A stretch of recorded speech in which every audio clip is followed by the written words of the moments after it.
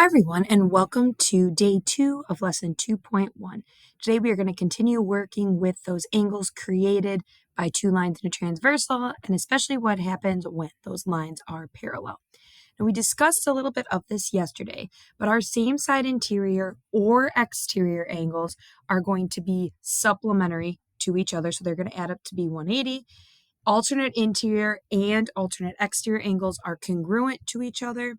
And then our corresponding angles, again, one on the interior, one on the exterior, and in kind of that same spot on the transversal, for instance, the upper left, like angle 1 and angle 2, those are also congruent to each other when our lines are parallel for all of these.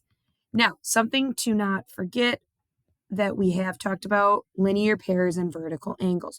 Whether our lines are parallel or not, those relationships will still hold true. Linear pairs are going to add to equal 180. And our vertical angles are congruent to each other. So keep those in mind as well. So as we look at this picture in this first example, they're telling us the measurement of angle A is 45 degrees. Well, without even reading through the rest of this, there are a couple things that we know. For instance, the vertical angle to angle A, which is angle C, is also going to be 45 degrees, okay? And something they forgot to tell us, but they should have, is that M and N are parallel to each other. All right, we're going to say that. I'm telling you that if M is parallel to M. And what we notice, and again, since these lines are parallel, these alternate interior angles are congruent, or we could say, for instance, angle C and angle H are going to be corresponding. They're congruent, or because these are vertical, we see all those relationships.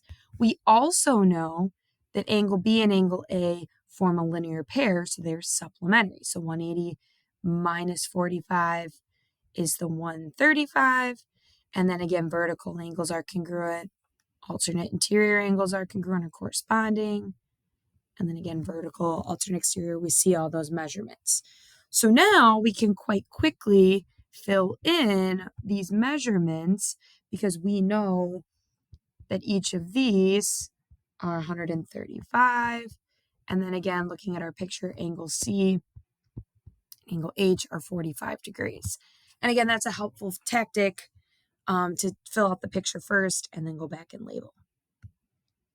Now on page 2, notice they're telling us correctly that line L and line M are parallel. Notice they didn't tell us these other two lines are parallel, just these two.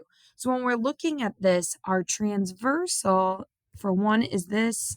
Our transversal here is this. So there's actually multiple things kind of happening right now. And we're going to kind of need to look at them differently. So angle 3, they're telling us is 110. Angle 12 down here is 55. So again, we have to go off of the parallel lines. We just want to think about this as two separate problems. So we're going to focus on this top section first. If I know angle 3 is 110, I know angle 8, because it's vertical, is also 110. And then I know that 4 and 7 are linear pairs to those. They would have to be 70 degrees. Because these lines are parallel, we're now also allowed to say information about angles 1, 2, 5, and 6 because they're also on this red transversal here. So for instance, angle 5 is a corresponding angle to angle 7, so they're congruent. Angle 2 is corresponding to angle 4, they're congruent. And then again, we have linear pair relationships happening with the other two to get their measurements. So we can say angle 1 is 110, angle 3 is angle 3 is what's given is 110. We also have that angle 6 is 110. Angle 8 is 110. Meanwhile, our angles 2, 4, 5, and 7 all were 70 degrees. All right, try the bottom section on your own. Again, you should see that there are some relationships of things that are congruent, all right, to 55 based on these parallel lines and vertical angles. All right, hopefully what you should have gotten on these is that angle 11 and angle 16 are supplementary. So these are 125.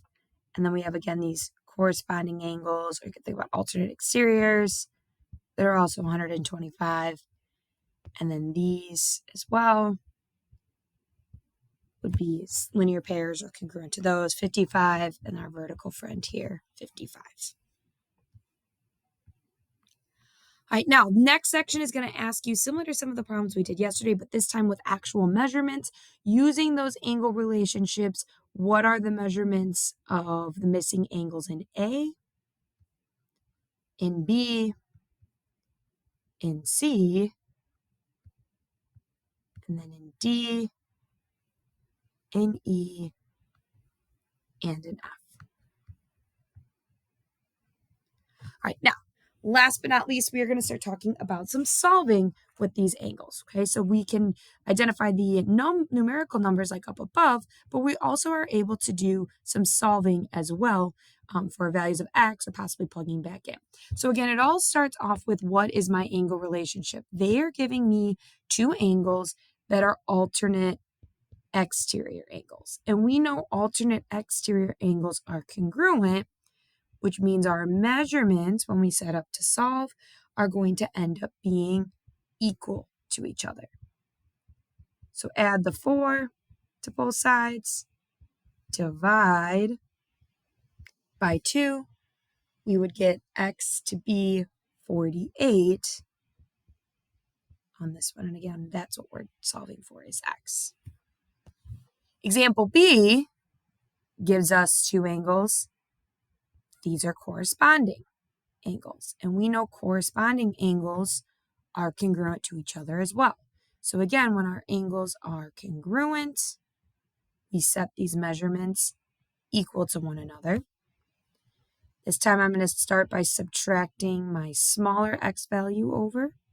So these cancel, and I'm left with 23 equals 2x plus 13. Subtract the 13. We get 10. And then last but not least, when we divide by 2 on both sides, we get x to equal 5 for option B. Now these will also hold, right, for our same side interior. Now reminder, with same side interiors or exteriors for that matter, they're supplementary. Same side supplementary on that one. So we would have to add our two values together and set them equal to 180. So if we combine -5 plus 80, that's 75. And now when we actually move across the equal sign, we can subtract. This time x ends up equaling 105.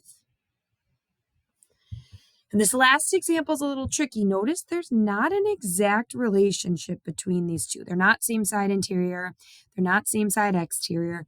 But what we can say is that these two vertical angles are congruent.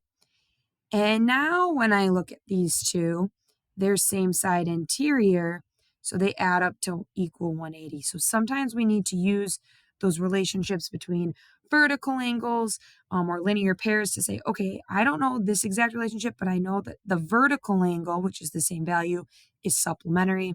So in this case, they add up to equal 180.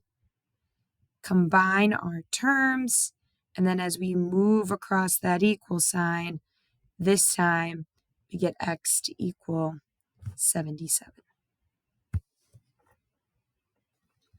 I try the next two examples on your own. Again, they're telling us that these two are equal.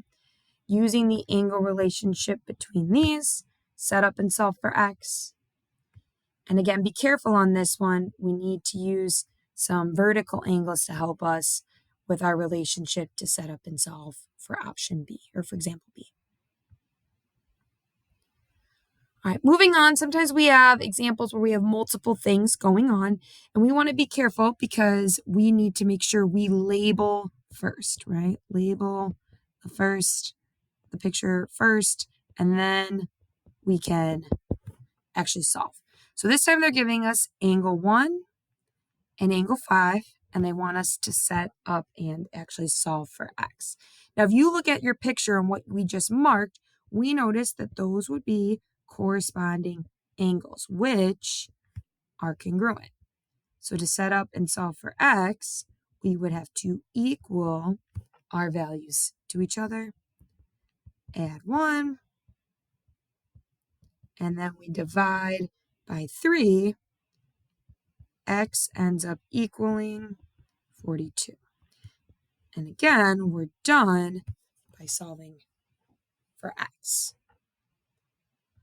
On this last you try example, you are given angles 3 and 6.